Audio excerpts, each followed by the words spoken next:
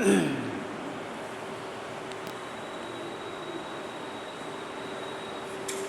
الحمد لله نحمده ونستعينه ونستغفره ونؤمن به ونتوكل عليه ونعوذ بالله من شرور أنفسنا ومن سيئات أعمالنا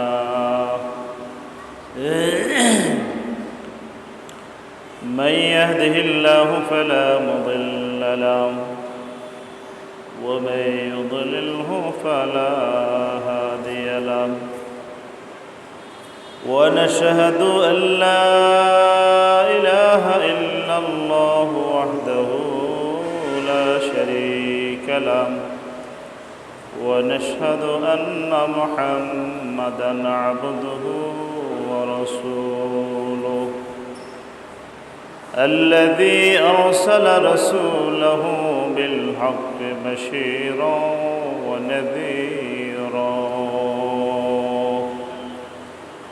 وداعيا إلى الله بإذنه وسراجا منيرا أما بعد فأعوذ بالله من الشيطان الرجيم بسم الله الرحمن الرحيم إنك لعلى خلق عظيم وقال النبي صلى الله عليه وسلم في الحديث الشريف الصلاة عماد الدين من أقامها فقد أقام الدين ومن هدمها فقد هدم الدين وقال النبي صلى الله عليه وسلم في الحديث الشريف أول ما يحاسب به العبد يوم القيامة الصلاة أو كما قال عليه الصلاة والسلام إن الله وملائكته يصلون على النبي يا أيها الذين آمنوا صلوا عليه وسلموا تسليما محبت ارشاد درود شریف پاٹ کرنا اللهم صل على محمد وعلى آل محمد كما صليت على إبراهيم وعلى آل إبراهيم إنك حميد مجيد اللهم بارك على محمد وعلى آل محمد كما باركت على إبراهيم وعلى آل إبراهيم إنك حميد مجيد بلغ العلا كشف الدجى بجماله حسنت جميع خصاله صلوا عليه وآله दिन की सूरज डूब रही है हम लोगों के सामने रोज़ महशर क्या जवाब है मुस्तफ़ा के सामने बलगल उला कशफ़त दुजा बिजमालिही हसनत जमीअ ख़िसालिही सल्लु अलैहि व आलिहि मुहतरम हाज़िरीन मुसल्लियान किराम আল্লাহ শুকরিয়া আদায় করি আমরা সকলে আল্লাহ আমাদেরকে ঈমানের সাথে আল্লাহর ঘর মসজিদে আসার তৌফিক এনায়েত করেছেন। আল্লাহর শুকরিয়া আদায় করি, আলহামদুলিল্লাহ। গত 2 জুমার আগের গত জুমা আমরা সরকারি নির্দেশ অনুযায়ী মাদক ও তামাকের বিরুদ্ধে আলোচনা করেছিলাম। এর আগের জুমায় সরকারি নির্দেশনা ছিল সাম্প্রদায়িক সম্প্রীতি সুরক্ষা ইসলামের আলোকে আলোচনা। এর আগের জুমাতে আপনাদের কাছে কোরআনের একটি আয়াতে ব্যাখ্যা দিচ্ছিলাম। সে আলোকে কোরআনের ছোট্ট একটি আয়াতের তাফসির, অন্য আরও একটি সূরার 10টা আয়াত, যেগুলিতে বিশ্বনবী জনাব মুহাম্মদুর রাসূলুল্লাহ, চিৎকার করে বলুন সাল্লাল্লাহু আলাইহি ওয়াসাল্লাম, তার চরিত্র মাধুরী, মহান চরিত্র আলোচনা হয়েছে। আখলাকে নববী, নবীর চরিত্র, নববী আখলাকের আলোচনা হচ্ছিল। তো সেটা নবী আখলাকের 1 নম্বর প্রথম আয়াতের উপর আলোচনা চলছিল। এর পরেরগুলি আর আলোচনা হয় নাই, যেহেতু পরবর্তীতে আমাদের নির্দেশনা ছিল, আমরা সেটা সমাপ্ত করব ইনশাআল্লাহ। আজকে ছোট্ট একটা আয়াত তেলাওয়াত করছি, যে আয়াতের মধ্যে আল্লাহ পাক আমাদের নবী সরকার দো আলম ইমামুল মুরসালিন সৈয়দুল আম্বিয়া খাতমুল আম্বিয়া রহমাতুল লিল আলামিন দু জাহানের দরদি নবী জনাব মুহাম্মদুর রাসূলুল্লাহ, সকল চিৎকার করে বলুন সাল্লাল্লাহু আলাইহি ওয়াসাল্লাম। আর মুহাব্বতের সাথে বলেন সাল্লাল্লাহু আলাইহি ওয়াসাল্লাম।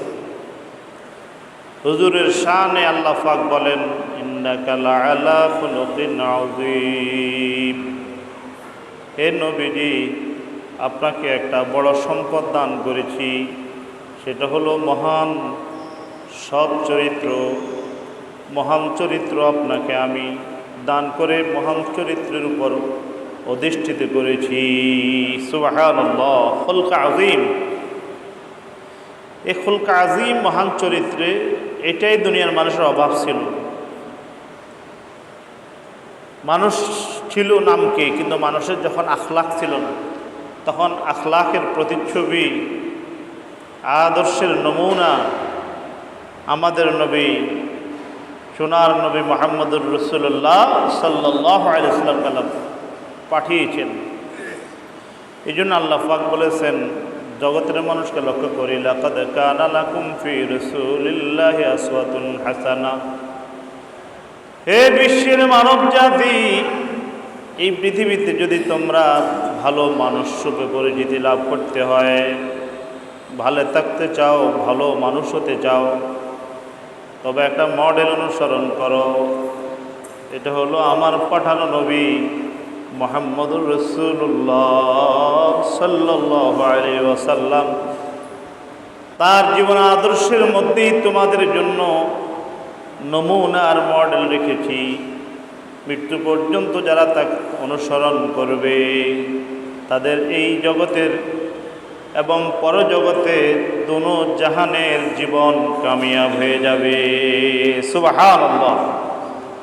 ومن يطع الله ورسوله فقد فاز فوزا عظيما।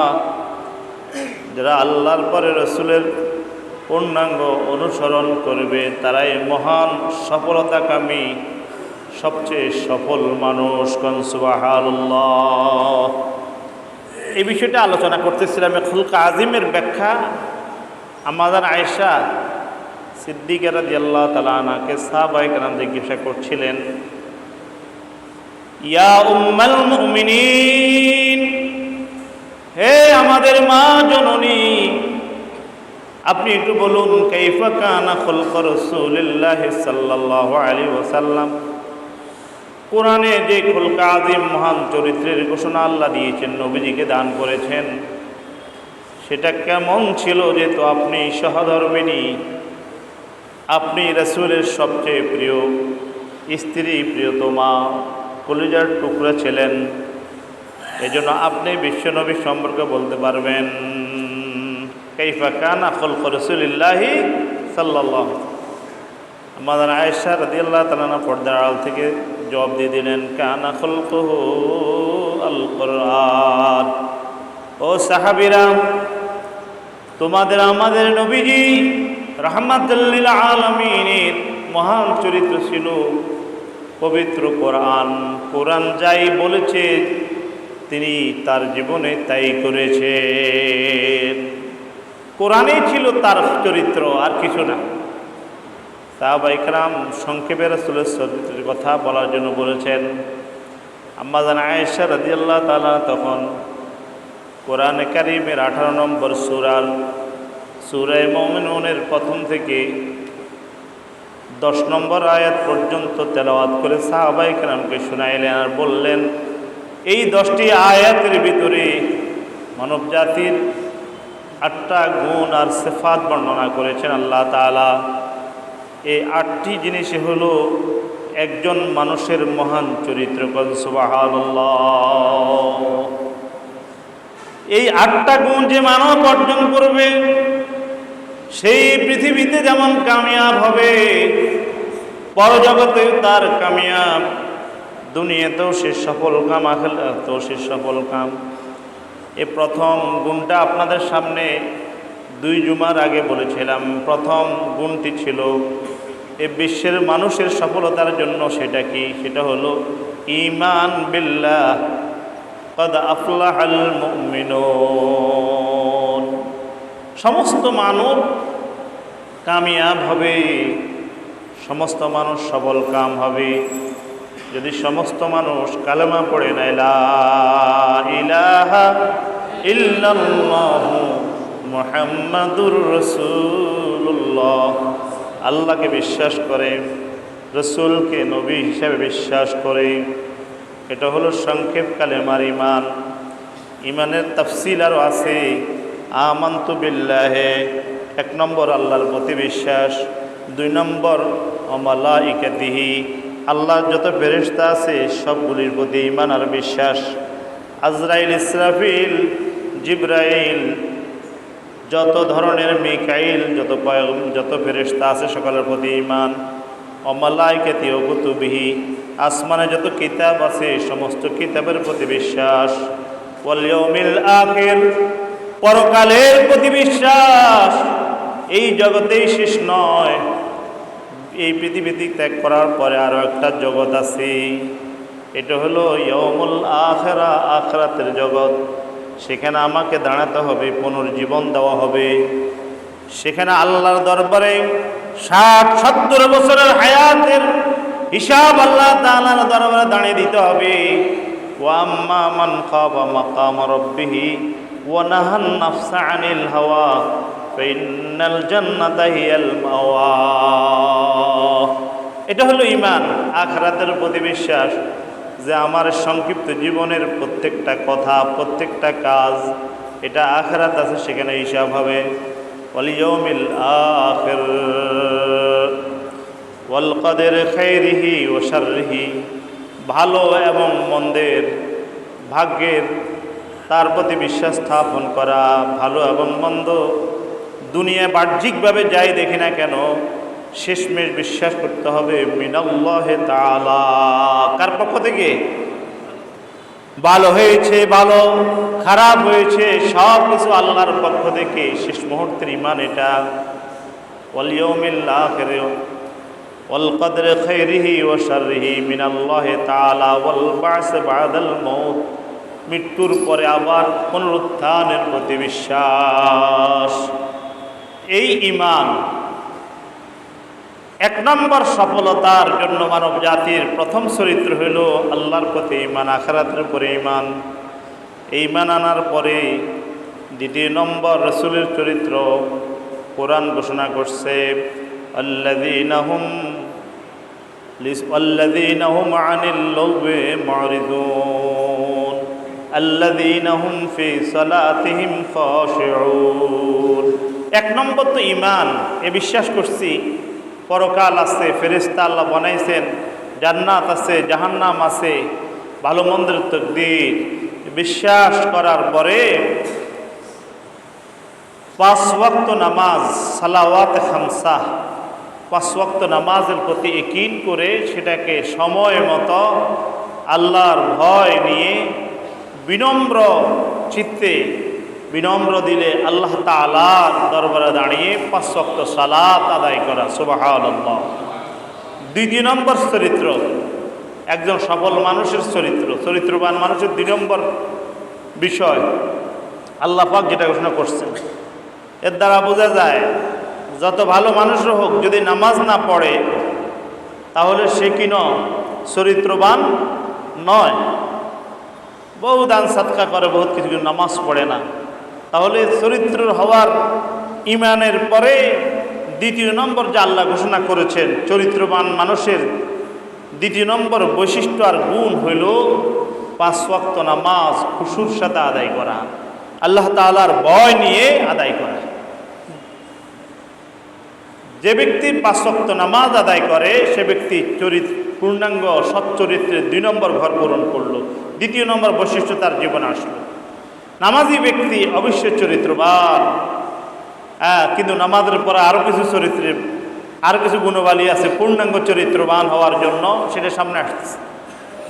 এই জন্য ইমানের পরে নামাজ, একজন নামাজ মানুষ 1 মিনিট আগে কালেমা পড়ছে, 2য় মিনিটে তার উপর যে জিনিসটা ফরজ হয়ে গেছে এটার নাম কি? কথা বলেন। সঙ্গে সঙ্গে যেটা ফরজ হয়ে গেছে সেটা হইল সালাত, আসসালাত।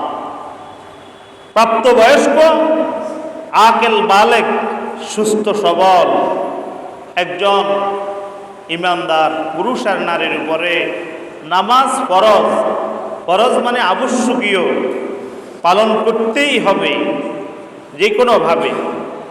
আপনি দাঁড়াতে পারেন না তাহলে বসে পড়তে হবে, বসে পারেন না তাহলে শুয়ে পড়তে হবে। নামাজ মাপ আসেনি? কথা বলেন, আসেনি মাপ? শুয়ে আপনি ইশারা করে হলেও নামাজ আপনাকে আদায় করতে হবে।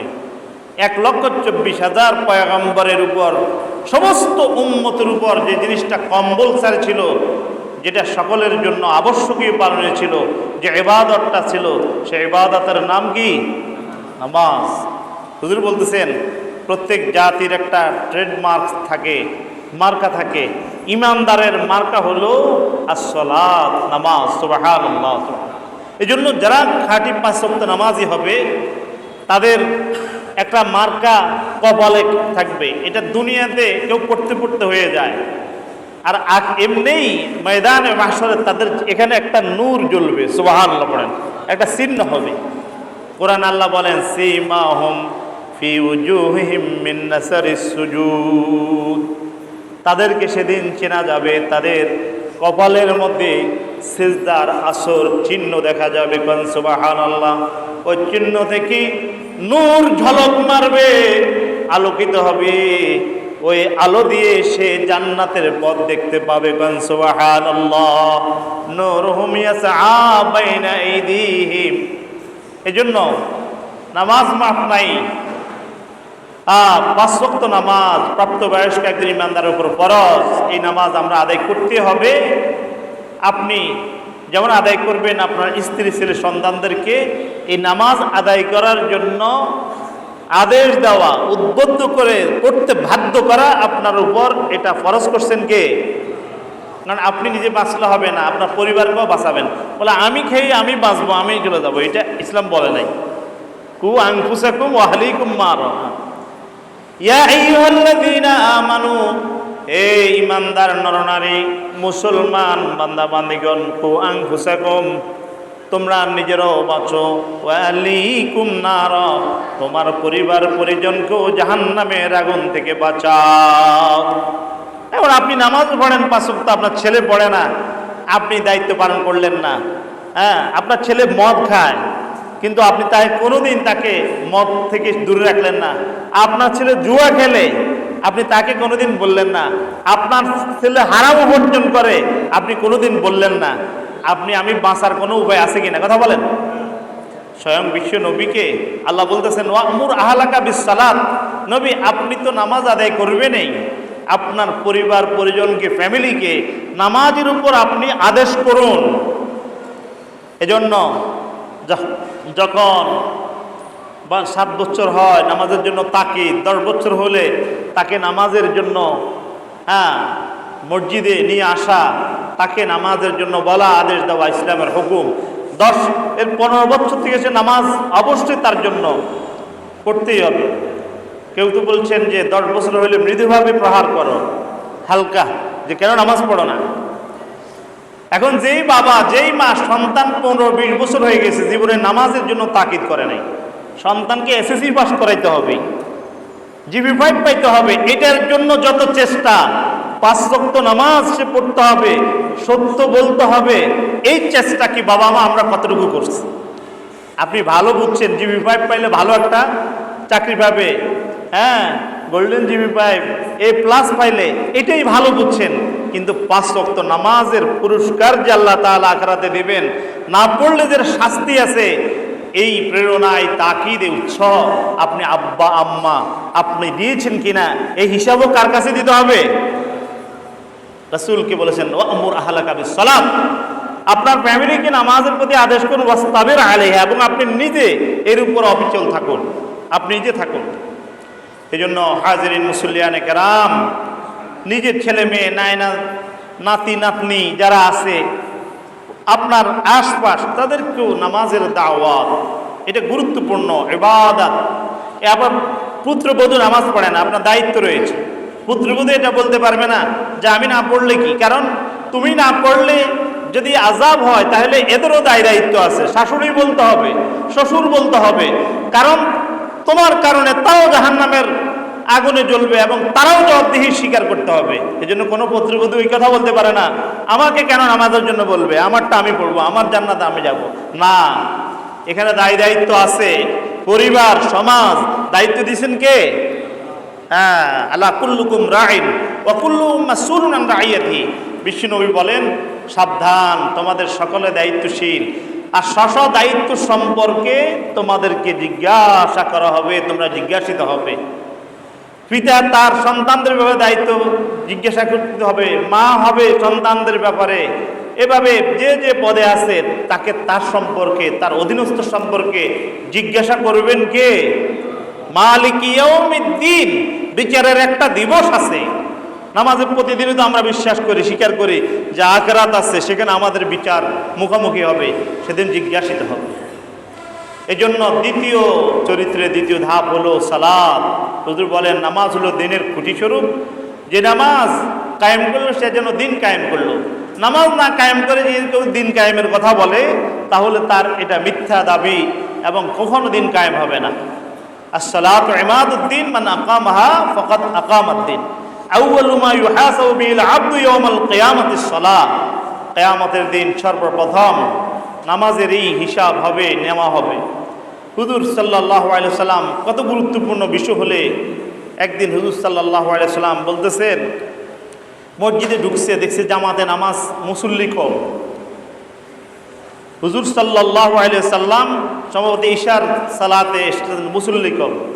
তখন হুজুর সাল্লাল্লাহু আলাইহি সাল্লাম বললেন, আমার মনে চায় তোমাদের কাউকে নামাজের দায়িত্ব দিয়ে যারা নামাজে আসে নাই তাদের জন্য কিছু লাকড়ি সংগ্রহ করার জন্য বলি, মানে আমরা বলি দারুয়া, যে তারপর সেগুলি একসাথ করে সেগুলি দিয়ে যারা নামাজে আসে নাই বেনামাজি তাদের ঘর বাড়িগুলি জ্বালিয়ে দিই। কে বলছেন? রহমাতুল্লিল আলামিন জনাব মুহাম্মদুর রাসূলুল্লাহ। যারা জামাতে আসে নাই ফজরের সালাতের